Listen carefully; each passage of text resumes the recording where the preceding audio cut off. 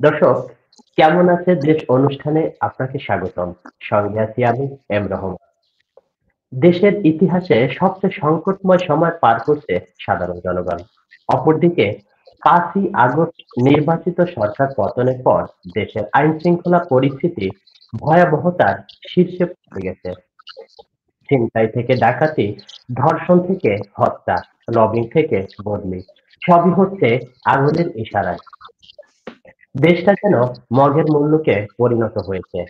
কথায় আছে, যে যায় লঙ্কায় সে হয় রাবণ।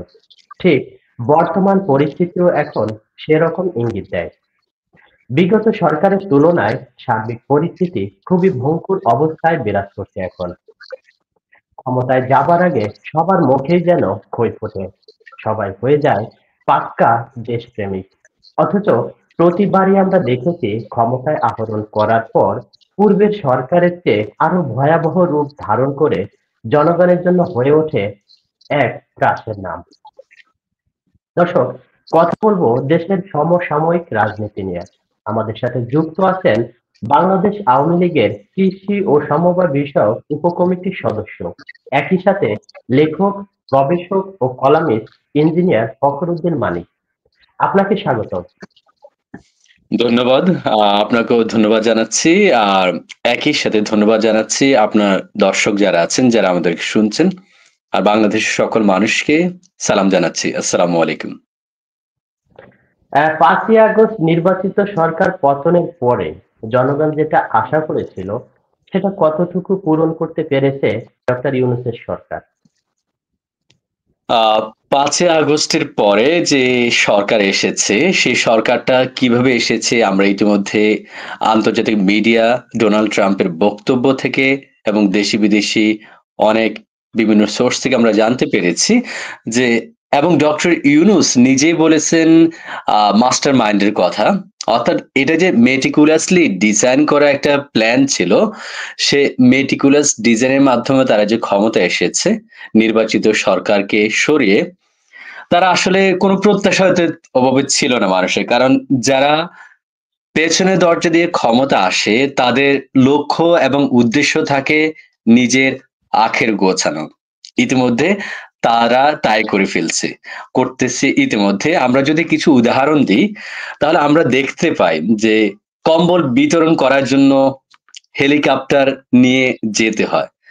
আমরা দেখতে পাচ্ছি 53 বছরে যে সান মার্টিনের কোরালের কোনো ক্ষতি হয় নাই, সেই 53 দিনে নাকি সব কোরাল মরে যাচ্ছে, সেন্ট মার্টিন বন্ধ করে দিতে হবে এবং বন্ধ করে দেয়া হয়েছে। আমরা দেখতে পাচ্ছি যে উপদেষ্টা ইতিমধ্যে, যার নাম গোলাপী আপা নামে স্বীকৃত হয়েছে, তিনি খাল খনন করতে গিয়ে লাল গালিচার সংবর্ধনা নেন। তো এই যে পরিবর্তন, এই পরিবর্তনগুলো দেখা যাচ্ছে। শুধু তাই নয়, আমি যদি আরেকটু অ্যাড করি, তাহলে আপনি ফেসবুকে কয়েক সেকেন্ড পর পর রিফ্রেশমেন্ট দিলে কি পাচ্ছেন? পাচ্ছেন হলো বাংলাদেশে, সারা বাংলাদেশে ধর্ষণ, চুরি, ছিনতাই, রাহাজানি, মবের মুল্লুক। আমরা আগে শুনতাম মগের মুল্লুক, সে ব্রিটিশ আমলে। আর এখন আমরা শুনছি মবের মুল্লুক। আপনার বিরুদ্ধে কেউ যাচ্ছে, আপনি মব লাগিয়ে দিচ্ছেন। এরপরে আপনি আবার বলতেছেন না, আমরা এটা মানি না। অর্থাৎ একই মুখে আপনার যে ভিন্ন রকম কথা এই দেশের মানুষ এখন বুঝে গিয়েছে। এবং যে ছেলেগুলোর বলতেছে, ডক্টর ইউনূস বলল যে আমাদেরকে ছেলেগুলো অনেক অনুরোধ করে এনেছে। আমরা তো দেখেছি সময় একটা জনপ্রিয় টেলিভিশন চ্যানেল 2022 সালে নিউজ করেছে বাংলাদেশ হবে শ্রীলঙ্কা, ডক্টর ইউনূস হবে প্রধানমন্ত্রী। এখন তাই কি ঘটে নাই? জি, সে পথে আমি যাচ্ছে।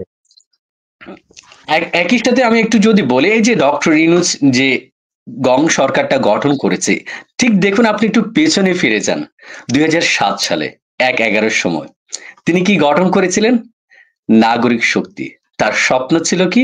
এদেশের রাষ্ট্র ক্ষমতা দখল। কিন্তু রাজনীতি আর এনজিও চালানো কখনো এক নয়। সো তখন তিনি হতাশ হয়ে গিয়েছিলেন, তার ষড়যন্ত্র তখন সফল হয়নি। পরবর্তীতে তিনি ছাত্রদের দিয়ে ছাত্র শক্তি গঠন করেছিলেন। ঠিক। এখন তারই নেতৃত্বে এখন আমরা দেখতে পাচ্ছি নাগরিক পার্টি নামে নতুন দল গঠন, অর্থাৎ একটার সাথে একটা কিন্তু যথেষ্ট লিঙ্ক আছে। ভাই আমরা এই ব্যাপারে পরে আসবো এই প্রশ্নে। অর্থাৎ প্রশ্ন ছিল জনগণ এই আন্দোলনের সাথে যে কারণে কিছুটা হইলেও অবশ্য সম্পৃক্ত ছিল, সেই জায়গাটা থেকে আসলে এখন কি জনগণ বুঝতে পারছে যে তারা আসলে যেটা করেছে সেটা ভুল ছিল, তাদের যে আকাঙ্ক্ষা ছিল সেই আকাঙ্ক্ষাটা পূরণ হয়নি? আমি এই প্রশ্নটাই ছিলাম। আসলে জনগণ ছিল কি ছিল না এটা নিয়ে যথেষ্ট প্রশ্ন আছে। আমরা তো ইতিমধ্যে ডোনাল্ড ট্রাম্পের বক্তব্য থেকে দেখেছি প্রায় 29 মিলিয়ন ডলার বিভিন্ন মানুষ নিয়ে এই আন্দোলনকে কিভাবে প্রভাবিত করেছে। এক্ষেত্রে আপনি আম সুশীল সমাজ থেকে শুরু করে শিক্ষক, বুদ্ধিজীবী, আম ছাত্র, র্যাপার, গায়ক, মডেল কেউ কিন্তু বাদ যায় না। সো এরা এমন ভাবে মেটিকুলাসলি ব্যাপারটা ডিজাইন করেছে মনে হচ্ছে দেশের সকল মানুষ তাদের পক্ষে। এরপরও আমি যদি ধরে নেই কিছু মানুষ বুঝে না বুঝে তাদের পক্ষে এসেছে। এদেশের মানুষ সবার উপরে শান্তিটা চায়। এখন এদেশে এত বেশি শান্তি যে ডানে শান্তি, বামে শান্তি, উপরে শান্তি, নিচে শান্তি, পূর্বে পশ্চিম, আপনার এতই শান্তি, শান্তির প্রেসারে মানুষ এখন রাতে বাসা থেকে বের হতে পারছে না। জি। অর্থাৎ মানুষ যেটা আশা করেছিল, যে আকাঙ্ক্ষাটা তাদের ভিতরে ছিল, সেটা এখন পূরণ হয়নি। জি, বুঝতে পারছি। আহ, গত 6 মাসে নতুন করে 16টি রাজনৈতিক দলের আত্মপ্রকাশ ঘটেছে। ব্যাপারটি আপনি কিভাবে দেখছেন? অনেকটা আহ, ব্যাঙের ছাতার মতো হচ্ছে না? আমি রাজনৈতিক দলকে, যে কোনো রাজনৈতিক দলকে স্বাগত জানাই, কারণ রাজনীতিতে যত মত, যত পথ থাকবে তত সেখান থেকে ভালো কিছু সুযোগ আছে, যদি রাজনৈতিক দলের মধ্যে একটি আদর্শ থাকে, তাদের যদি লক্ষ্য উদ্দেশ্য যদি ঠিক থাকে। কিন্তু আমি আপনাকে যদি একটু জিজ্ঞাসা করার চেষ্টা করি যে বাংলাদেশে নিবন্ধিত এই পর্যন্ত, আমি 5 মিনিট আগে সার্চ করলাম, 54টি নিবন্ধিত রাজনৈতিক দল আছে। আপনি অনেক গবেষণা করেন, আপনি কয়টা দল সম্পর্কে জানেন? আসলে আমিও জানি না। বাংলাদেশে হাতে গোনা 2-4-5টা দল সম্পর্কে মানুষ জানে, যারা এই দেশের জনগণের প্রতি কমিটমেন্ট আছে। যে আর ব্যাঙের ছাতার মতো অনেক দল গঠন হতেই পারে, এখনো হচ্ছে। কিন্তু সবচেয়ে দুঃখজনক কি, যে ক্ষমতায় থেকে কিংস পার্টি অতীতেও আমরা দেখেছি, বর্তমানেও আমরা দেখছি। এই কিংস পার্টির কখনো ভবিষ্যৎ ভালো হয় না। কিন্তু গত 6 মাসে 16টি রাজনৈতিক দল, এই দলের আসলে সদস্য কারা? এটার আপনার যারা এই রাজনৈতিক দলগুলোর যারা চেয়ারম্যান বা সেক্রেটারি আছে, তাদের নামও তো আধো মানুষ জানে কি জানে না, যথেষ্ট সন্দেহ আছে। এই দলগুলোর ভবিষ্যৎ কি আসলে? আসলে কি, বাংলাদেশের মানুষ একটু ক্ষমতা পেলে বা একটু সুযোগ পেলে একটা রাজনৈতিক দল গঠন করে। কেন করে? এটার রিজন হলো, তারা জোট গঠন করে স্বপ্ন দেখে অন্তত সভাপতি বা সাধারণ সম্পাদক এমপি হওয়ার। অর্থাৎ এমপি হওয়া যে এদেশে কত লোভনীয় ব্যাপার। কারণ এমপি চেয়ারটা এত বেশি গরম, ওখানে বসলে আপনি উপজেলার মালিক হয়ে যাবেন, আপনি সব শিক্ষা প্রতিষ্ঠানে সভাপতি হয়ে যাবেন, পুরা আপনার আসনটা একচ্ছত্র জমিদার আপনি পেয়ে যাবেন। সো সবাই এই জমিদারি নিতে চায়। এই জন্য নতুন দল গঠন করে শর্টকাট বুদ্ধি হলো, নতুন দল গঠন করব, সভাপতি সেক্রেটারি হব, আমি জোটে যাব, আমি এমপি ইলেকশন করব। জি। কিন্তু এই এই জন্য দলগুলো, জি, এই জি, দলগুলো যদি একা যদি ইলেকশন করে, আহ এরা আসলে এলাকার মেম্বার, একজন মেম্বার হওয়ার যোগ্যতা রাখেন। আমরা অতীতেও দেখেছি এরা জোটের উপর দিয়ে একটু নির্বাচনে বৈতরণী পার হওয়ার চেষ্টা করে, আর অনেক ক্ষেত্রে তারা পারও হয়ে যায়। কিন্তু ভবিষ্যতে ফলশ্রুতিতে এদেরকে কিন্তু আর খুঁজে পাওয়া যায় না। জি। এই জন্য বোধহয় আমরা কিছুদিন আগে দেখেছিলাম, কয়েক বছর আগে হিরো আলমের মতো মানুষও দল গঠনের, রাজনৈতিক দল গঠনের ঘোষণা দিয়েছিল। অর্থাৎ এইটার উপরে কি দেশে কোনো আইন করা উচিত কিনা, যে একটা দল গঠন করতে হলে বা একটা দলের আত্মপ্রকাশ করতে গেলে এই ক্রাইটেরিয়া গুলা প্রয়োজন? এই জায়গাটা আপনি আসলে কিভাবে হ্যাঁ, দেখেন? এটা খুব ভালো একটা কথা বললেন যে একটা দল গঠন করবে, কিন্তু দলের নির্দিষ্ট সংখ্যক সমর্থক থাকতে হবে, নির্দিষ্ট তার অফিস থাকতে হবে, তার অ্যাক্টিভিটিস থাকতে হবে, কতদিন সে ইনিশিয়ালি সেটা কাজ করতে হবে, এরপরে সে দল গঠন করতে পারবে।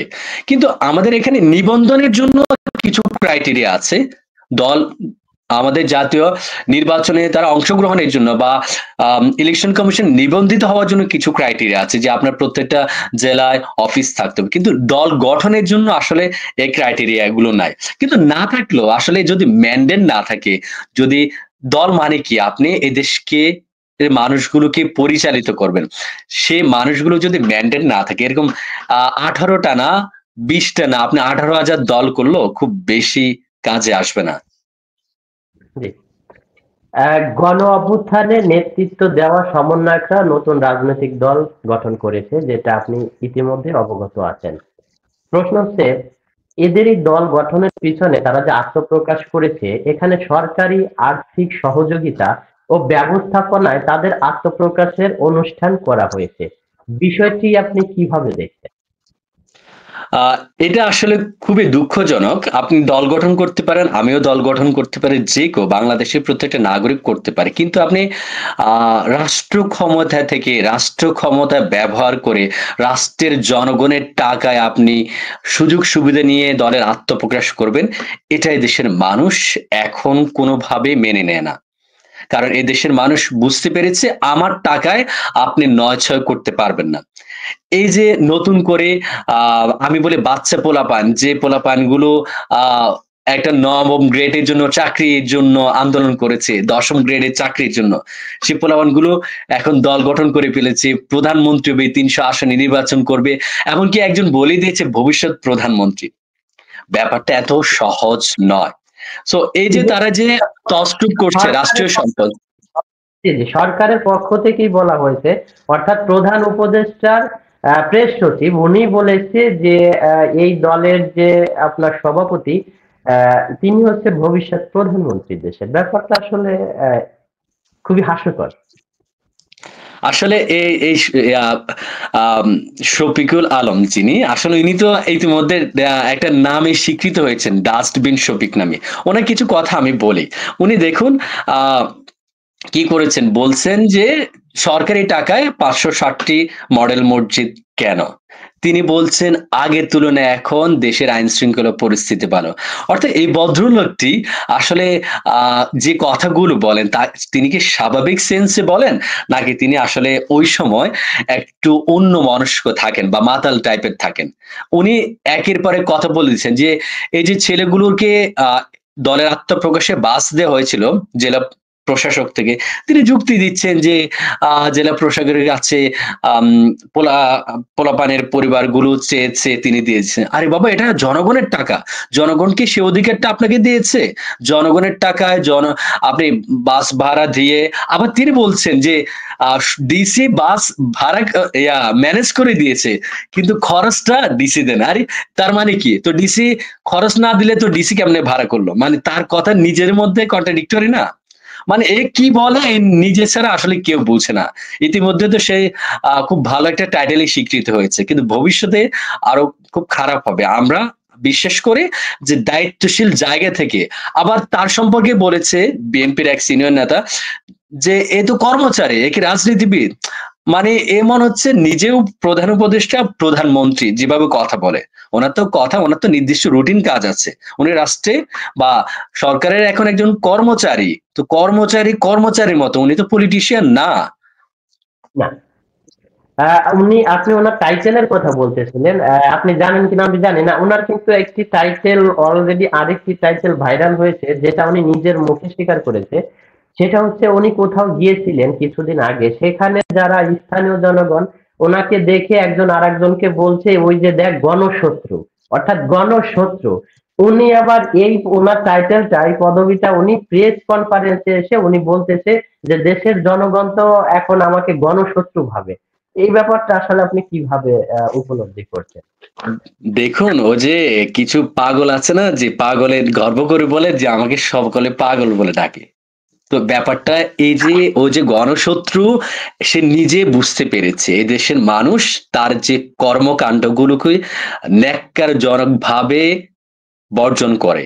তো সে ইতিমধ্যে বুঝতে পেরেছে, এই জন্য সে স্বীকার করেছে সে তো পাগল।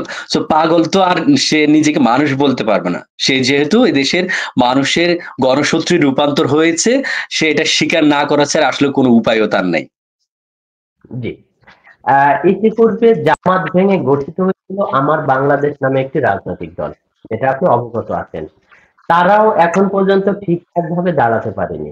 গুঞ্জন আছে ছাত্রদের তৈরি জাতীয় নাগরিক পার্টিও জামাতের এক অংশ ভেঙে গঠিত হয়েছে। ব্যাপারটা কিভাবে দেখছেন? খুবই সুন্দর একটা প্রশ্ন করলেন। এটা হলো বাস্তবতা আর কি। আমি যখন শুনেছি তুমি কি আমি কে, রাজাকার রাজাকার, জি, যে ছেলেদের মুখ থেকে এ কথা বের হতে পারে, সে কখনো মুক্তিযুদ্ধকে বিশ্বাস করতে পারে না। কারণ রাজাকার গর্ব করার বিষয় না, বরং এটা ধিক্কার জানানোর বিষয়, এটা ঘৃণা করার বিষয়। যে রাজাকারদের সহযোগিতায় এদেশের মানুষ ৩০ লক্ষ মানুষকে জীবন দিতে হয়েছে, সেটাকে আমি গর্ব করে বলি তুমি কি আমি কে রাজাকার। সেদিন থেকে এই সাধারণ শিক্ষার্থী নামে রাজাকারের প্রেতাত্মারা তাদের আসল পরিচয়টা আমাদের মাঝে ফুটিয়ে তুলেছে, প্রকাশ করেছে। আমরা দেখেছি যে জামাত থেকে এবি পার্টির প্রধান যিনি মুজিবুর রহমান মঞ্জু, তিনি কে? ছাত্র শিবিরের কেন্দ্রীয় সাবেক সভাপতি। বর্তমানে কেন্দ্রীয়। যিনি ব্যারিস্টার ফুয়াদ আছে, তিনিও ছাত্র শিবিরের নেতৃত্বে ছিলেন। সো আসলে AB party A B C বলে কিছু নেই, এটি হলো জামাতের আহ গুপ্তচর আমি বলি। কারণ জামাত যেহেতু আন্ডারগ্রাউন্ডে রাজনীতি করতে পছন্দ করে, জামাত কখনো বাংলাদেশের প্রবেশে আসতে চায় না। কেন? কারণ তাদের তো ম্যান্ডেট নাই, এদেশের মুক্তিকামী জনতা তাদেরকে গ্রহণ করবে না। তারা কি করে পরজীবী হিসেবে অন্য উপর আশ্রয় করে বেঁচে থাকে। এই যে আওয়ামী লীগের সময় তারা কিছু আওয়ামী লীগের উপর, কিছু ছাত্রলীগের উপর আশ্রয় করে বেঁচে আছে, এখন তারা সাধারণ শিক্ষার্থী নামে বৈষম্য বিরোধী শিক্ষার্থীদের উপর আশ্রয় করে বেঁচে আছে। এদের যেহেতু নিজস্ব কিছু নাই, পরজীবী হয়তো বেঁচে থাকতে হবে। আর এই ছেলেগুলো এখন প্রকাশিত হচ্ছে। এই যে দেখুন, হাসনাত সার্জিস, তারা কি ছিল? ছাত্রলীগের, কেন্দ্রীয় ছাত্রলীগের পদে ছিল। এরা পরজীবীর মতো তখন বেঁচে আছে, এখন বৈষম্য বিরোধী বলে বেঁচে আছে। আসলে আহ এদের যখন মুখোশ উন্মোচন হয়ে যায়, তখন এদেরকে আর কেউ রাখবে না। এই যে হাসনাদের কথায়, সার্জিসের কথায় বলুন, আমার বঙ্গবন্ধু বলে সে কিভাবে গলাটা ফাটাতো বক্তৃতায়। ইভেন আর এটা নিয়ে সে অনেক চিত্র লিখেছে আর পত্রিকায়। হাসনাত আব্দুল্লাহ গোলাম রাব্বানিকে ভাই ভাই বলে মুখের ফেনা ফেলে দিচ্ছিল, যে ভাই ভাই। এরাই আসলে গুপ্তচর, এরা আসলে পরজীবী, এরা সব জায়গায় মধু খেতে চায়। কিন্তু এদেশের মানুষ তাদের আসল চরিত্র বুঝে গিয়েছে। সো এরাও জামাতের সেকেন্ড ভিটিম। এই যে দেখুন, আহ জামাত এখনো পর্যন্ত বিশ্ববিদ্যালয়গুলো আস্তে আস্তে আত্মপ্রকাশ করতেছে, কিন্তু তারা সকলে কি ছিল? আগে ছাত্রলীগের ছায়ার নিচে ছিল, এখন তারা বৈষম্য নামে। আসলে বৈষম্য সাধারণ শিক্ষার্থী বলে কিছু নেই, সবগুলো হলো আমাদের পাকিস্তানি প্রেতাত্মা, মুক্তিযুদ্ধ বিরোধীদের চক্রান্তেরই। আচ্ছা, এখানে একটা কথা উঠালেন ছাত্রলীগের। এইখানে আপনার শিবিরের ছেলেরা যে ছাত্রলীগের ছায়াতলে ছিল, এইটার দায়ভারটা কি তাহলে কিছুটা ছাত্রলীগের উপরে বর্তায় না? তারা কোনোভাবে জাস্টিফিকেশন না করে তাদেরকে এভাবে দলের ভিতরে যাকে যখন পেয়েছে তাদেরকে ইনক্লুড করেছে। দ্যাটস ওয়াই কিন্তু এই যে যে একটা আন্দোলন হলো, এই আন্দোলনে পিছনে থেকে কিন্তু ছাত্রলীগের নাম করে এই শিবিরেই কিন্তু অনেক ধরনের অকারেন্স করেছে, যেটা আমরা পরবর্তীতে বুঝতে পেরেছি বা এটা গণমাধ্যমে এসেছে বা আপনারা যারা আছেন, যারা আওয়ামী লীগকে লিড করেন, আপনারা বুঝতে পেরেছেন। তাহলে এই যে যে একটা ভুল করলেন আপনারা, এই দায়ভারটা আসলে আপনাদের এখন মানে এটা পোড়ায় কিনা, ব্যথিত হ্যাঁ, করে কিনা, ধন্যবাদ। বা এটা আপনারা কেন করেছিলেন আসলে? এটা অবশ্যই অবশ্যই আমাদের যারা এর সাথে জড়িত ছিল তারা এর দায় এড়াতে পারে না। বিশেষ করে আমি দেখি বুয়েটের আবরারের কথা বলে, এটা একটা খুব নেককার জন্য নৃশংস ছিল। বুয়েটের যে শিক্ষার্থীদের যে যারাই মেরেছে তাদেরকে রায় দিয়েছে মাননীয় প্রধানমন্ত্রী। ঠিক একজন ফাঁসির আসামি 5 তারিখে সে কিন্তু কন্ডম সেল থেকে পালিয়ে যায়, এবং তার বিরুদ্ধে এখন শিবিরের শিশির মনির, সে কিন্তু আইনি লড়বে না। চিন্তা করুন, একটার সাথে একটা লিঙ্ক আছে। শুধু সেটা না, বুয়েটের 34 জন যে শিক্ষার্থী টাঙ্গুয়ার হাওরে গ্রেপ্তার হয়েছিল, তাদের প্রতিবাদে যে অভিভাবক হয়ে প্রতিবাদ করেছিল, সে কিন্তু ঢাকা বিশ্ববিদ্যালয় শিবিরের সাবেক সভাপতি, এবং সে জোবায়ের। চিন্তা করেন, একটার সাথে একটা লিঙ্ক, মানে তারা এমন ভাবে আওয়ামী লীগের মধ্যে ছাত্রলীগের মধ্যে ঢুকছে, আপনি তারা কখনো সাধারণ অভিভাবক হয়ে আসে, কখনো সাধারণ শিক্ষার্থী হিসেবে আসে। সো এই জায়গাটায় এত বড় দল ছাত্রলীগ যেহেতু বাংলাদেশে অনেক বড় দল, সেখানে সবকিছু মেনটেন করা অনেক কঠিন। এরপরও যারা দায়িত্ব ছিল তারা কোনোভাবে এ দায় এড়াতে পারে না। জি, ধন্যবাদ। এরপরে যে প্রশ্নটা হচ্ছে, জামাতের ৩ নম্বর দল হিসেবে কি ছাত্র দলের যে এই যে নাগরিক পার্টি বা আপনার এনসিও যে পার্টি, নতুন যে পার্টিটা করলো, এটা কি তাহলে জামাতের ৩ নম্বর দল হিসেবে আপনার আসতেছে ইন ফিউচারে? জামাত বুঝতে পেরেছে যেহেতু ৫৪ বছরে জামাত বাংলাদেশের ক্ষমতা আসতে পারে না, বিএনপির সাথে জোট গঠন করে তারা ২৯টি আসন পেয়েছে, আর স্বতন্ত্র ইলেকশন করে তারা ৩ থেকে ৪টা। তো জামাত জানে এই মুক্তিযুদ্ধ পরবর্তী বাংলাদেশে কখনো জামাত ক্ষমতা আসতে পারবে না। সো তারা এখন ABCD অনেকগুলো টিম তৈরি করবে, এটাই যাতে করে অন্তত তারা বিভিন্ন ব্যানার হয়েও তারা কিছু আসন পেতে পারে। সো AB পার্টি তো আমরা দেখেছি জামাতের বি টিম। সো এখন সি টিমটা অলরেডি এই বৈষম্য বিরোধী জাতীয় ন্যাশনাল সার্কাস পার্টি, এনসিপি আমার কাছে মনে আর কি সার্কাস। এই জন্য এই যে ছেলেগুলোর কথা চিন্তা করে এরা কি বলছে, বৈষম্য বিরোধী আন্দোলন করেছে, তারা চাকরির জন্য আন্দোলন করেছে। কিন্তু গত 6 মাসে আমার নিজের স্ত্রী, সে 44 রিটেন প্রার্থী, 45 44 ভাইবা প্রার্থী, 45 রিটেন প্রার্থী মানে রিটেন দিয়েছে, 46 প্রিলি পাস করেছে, তার কোনো চাকরি হচ্ছে? গত 6 মাসে কারো চাকরি হচ্ছে? হচ্ছে না। সেটা না, যে ছেলেগুলো ছাত্র রাজনীতি নিষিদ্ধের কথা বলেছে তারা কি এখন রাজনীতি করছে? একই মুখে আপনি বিভিন্ন রকম কথা না। তো এই ছেলেগুলোই এখন জামাতের সি, পরবর্তীতে তাদের আরেকটা অংশ ডি টিম হয়ে এভাবে জামাত গুপ্তচর রাজনীতি করবে। কারণ যার মেয়ের অস্তিত্ব নেই সে তো আসলে গুপ্তচর রাজনীতি ছাড়া কিছু করতে পারবে না, এটাই তো স্বাভাবিক। জি। আর একটা মজার ব্যাপার হচ্ছে, তারা বলেছে ভারত ও পাকিস্তানপন্থী রাজনীতির ইতি চাইছে ছাত্রদের নতুন দল এনসিপি। প্রশ্ন হলো, তারাই বা কোনপন্থী? দেখুন, কথামালার ফুলঝুরিতে মানুষকে মন জয় করা যাবে না। আপনি অনির্দিষ্টকাল, হ্যাঁ আপনি কথা বলতে পারেন আমি ভারতপন্থী পাকিস্তানপন্থী না, আসলে ভারতপন্থী পাকিস্তানপন্থী এই দেশের কেউ না, সকলে বাংলাদেশপন্থী। কিন্তু এরা মেটিকুলাসলি ডিজাইন করা ডিপ স্টেটে অর্থায়নে এসেছে, এরা কি আসলে আমেরিকা পন্থী কিনা সেটা এখন অনেকের প্রশ্ন আছে। সো নিজে কি পন্থী সেটা আগে আপনি একটু ক্লিয়ার করুন, যে অন্তত এই যে নাহিদ বা সার্জিস তোমরা আসলে কোন পন্থী। আবার তারাই বলছে যে আমরা যে এদেশের যে ধর্মীয় মূল্যবোধ সেটা বজায় রাখবো। মানে তাদের কথাটা আসলে তারাই ডিফাইন করে না যে কি বলে এবং তার পেছনে কি রিজন আছে।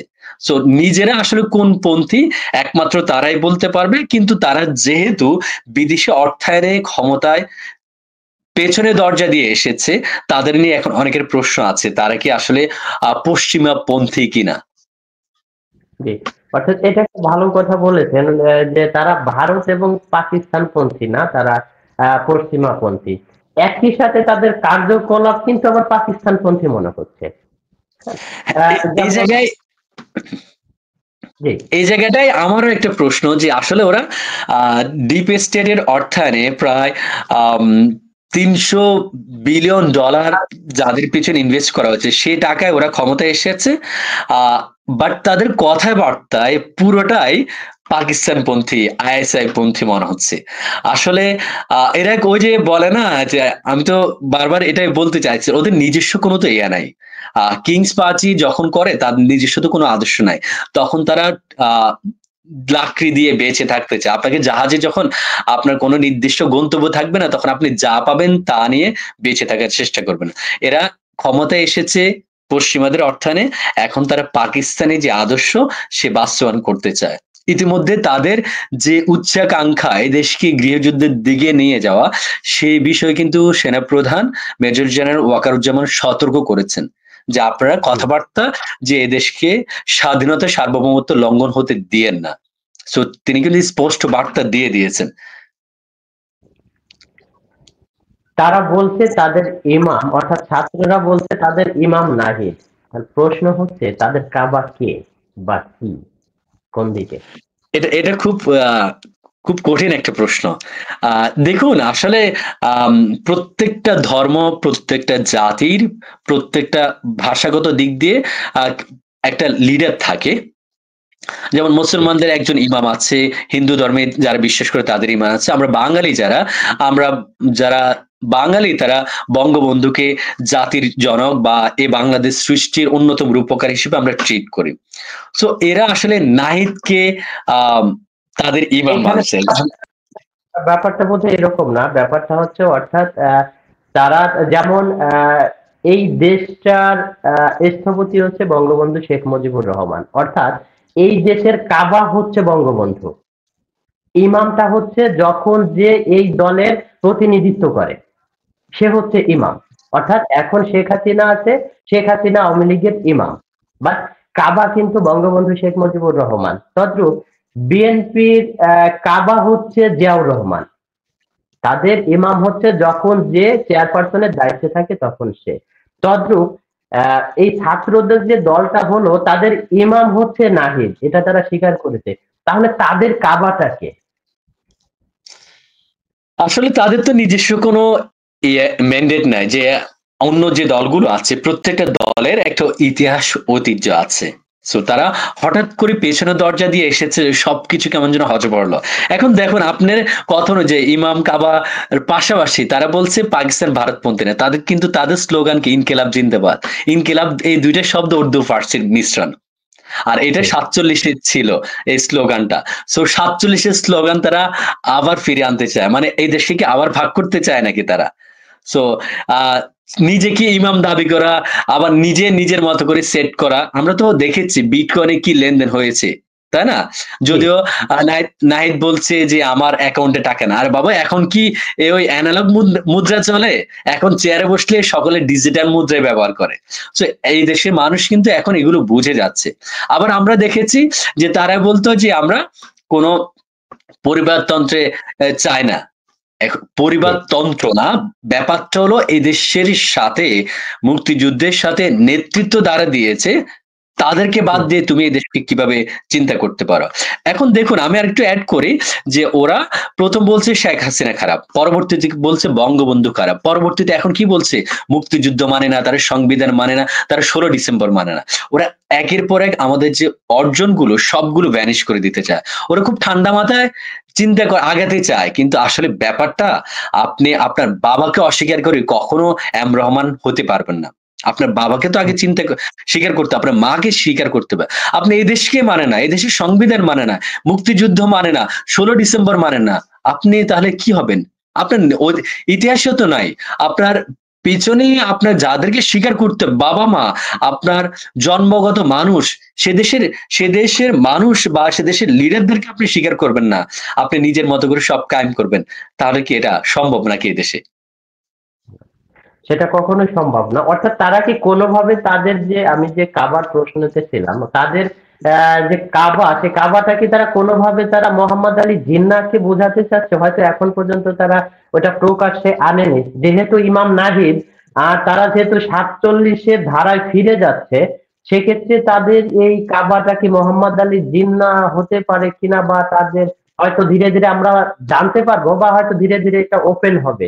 আপনার কি দেখ মনে হচ্ছে দেখুন কাবাটা এই কাবা? জায়গাটাই খুব খুব সুন্দর সুন্দর একটা পয়েন্ট ধরছেন আপনি।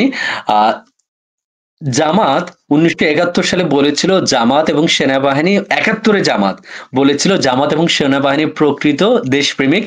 তার মানে ওই সময় মুক্তিযোদ্ধারা সবাই কি ছিল? দেশপ্রেমিক নয়। ঠিক 2024 জামাত, জামাতের প্রধান যিনি, তিনি বলছেন জামাত এবং সেনাবাহিনী দেশপ্রেমিক আর সকলে দেশপ্রেমিক নয়। তার মানে অন্য বিএনপি আওয়ামী লীগ অন্য যে দল সব হলো রাজাকার বা সব হলো দেশদ্রোহী। শুধু তাই না, জামাতের নায়েবে আমির ডাক্তার আব্দুল মোহাম্মদ তাহের বলেছেন জামাত ডক্টর ইউনূসকে ক্ষমতায় এনেছে। জি, আবার তার ভাই সৈয়দ গোলাম সরোয়ার হাবের নির্বাচন করার প্রোগ্রামে তিনি বলেছেন প্রত্যেক হাজি থেকে 30,000 টাকা বেশি নেবেন, যে 3,000 কোটি টাকা তিনি ইনসাফের সহিত ভাগ করে দিবেন। চিন্তা করেন, মানে ঘুষের টাকা ইনসাফের সহিত ভাগ করে দিবে। সো এরা ধর্মকে প্রতিদিন বিক্রি করতে পারে। জামাতের আমিরের কথাই যদি আমি ধরি, তারাই ইউনুসকে ক্ষমতায় এনেছে। তার মানে এই যে ছেলেগুলো, কাবা কি হবে আপনি যেভাবে বললেন, গোলাম আজম, কারণ তারা ৭১-এর পূর্বে ফিরে যেতে চায়। তারা তাদের যে পাকিস্তানি প্রেতাত্মা, পাকিস্তান বানানোর যে স্বপ্ন, সেই স্বপ্নে তারা আবার মগ্ন হয়ে আছে। কিন্তু যে ৩০ লক্ষ মানুষ রক্ত দিয়ে স্বাধীন করতে পারে, তারা আর কখনো পাকিস্তানি প্রেতাত্মাদের কে দীর্ঘমেয়াদী ক্ষমতায় থাকতে দিবে না। ধন্যবাদ ফকর ভাই। দর্শক এতক্ষণ সাথে থাকার জন্য ধন্যবাদ। আহ, আপনাদের সাথে আবারও দেখা হবে আগামীকাল একই সময় অন্য কোনো বিষয় নিয়ে অন্য কোনো অতিথির সাথে। ততক্ষণ ভালো থাকুন, সুস্থ থাকুন। ধন্যবাদ। আল্লাহ হাফেজ।